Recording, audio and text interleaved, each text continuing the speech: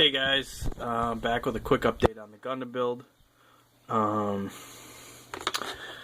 As you can see, it is, well, mostly assembled now, which doesn't mean much because I have to take everything back apart in order to paint it. But the initial assembly is almost done now. I brought this one over here. This is a kit this one here is one that I built, I got quite a few years ago now. Obviously I changed the paint scheme and you know, made it look like it had sort of a desert look to it. But it's essentially the same. A lot of the design parts for these two are the same.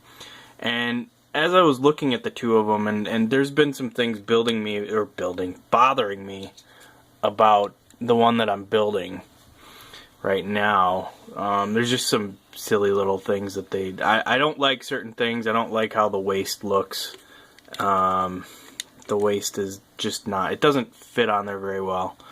All in all, it's a good kit. It's just not it's not up to the standards of this Master Grade here.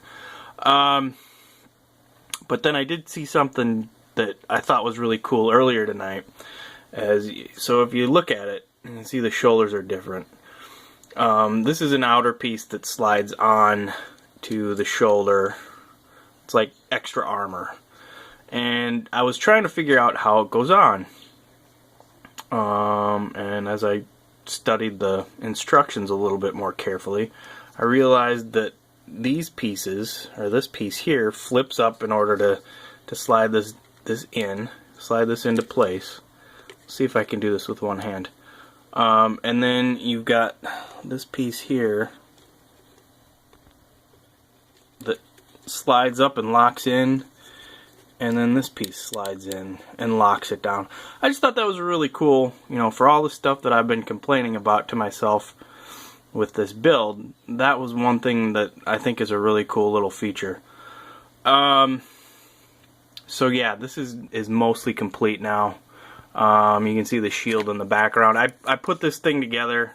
I have zero intention of using it because he's gonna have a big ass Gatling gun, and the shield would look a little bit silly. But the shield's kind of neat because it you know, it slides into kind of a more compact shield like that, or you can extend it and then peg it in, and it'll stay as a longer shield.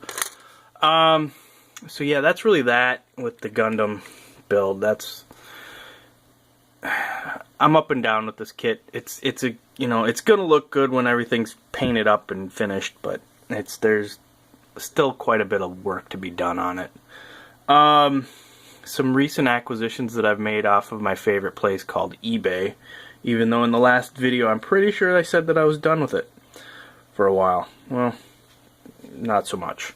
I picked up, this kit was a great deal. Sorry for the shaky cam. This kit was a really good deal. I think I got this for under $20 including shipping.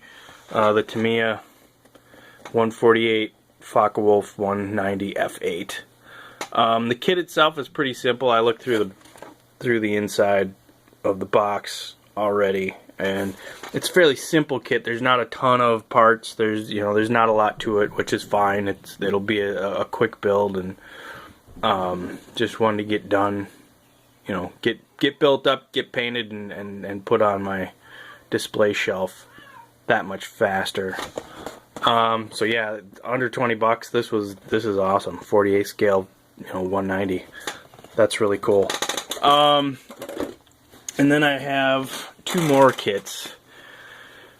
This is probably one of the ugliest Formula 1 cars ever built, but also one of the most interesting. It's the Tyrrell P34 six-wheeler. Six-wheel Formula 1 car from 1977. Back in the days when Formula 1 teams could still experiment and be a little bit innovative with their stuff. Yeah, just from it's, yeah, I don't know. It's an ugly car, but I find it very interesting, the whole six-wheeler thing.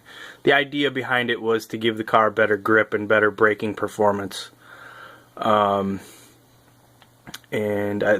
This car, in its first season, did win a race, I believe. But then apparently, from what I read, is that Goodyear stopped development on the front tires for the car, so it kind of hamstrung the team a little bit. But yeah, ugly car, but very interesting.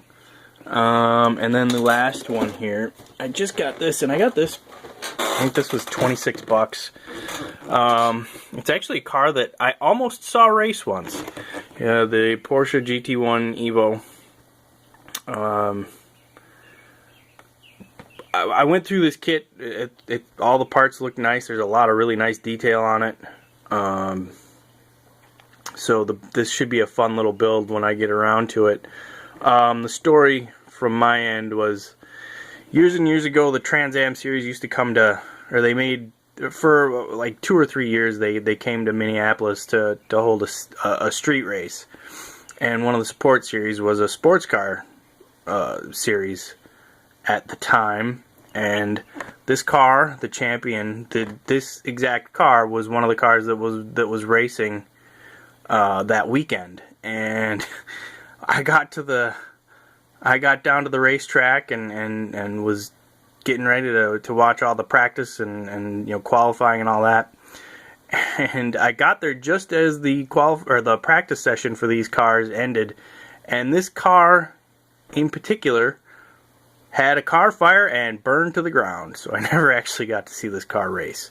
But really cool car. I really like the GT1 cars, the old GT1 cars. So yeah, this will be a fun little build as well. And I, you know, went through the box. I said everything looks, you know, the detail looks really good on there. The decals are all still in fantastic shape as well. So that's it for me. The Gundam build continues. I'm hoping that I'm done with the initial assembly this evening, and if I'm feeling ambitious, I can tear it down and maybe start priming everything up tomorrow. We'll see. Anyways, thanks for watching, everybody.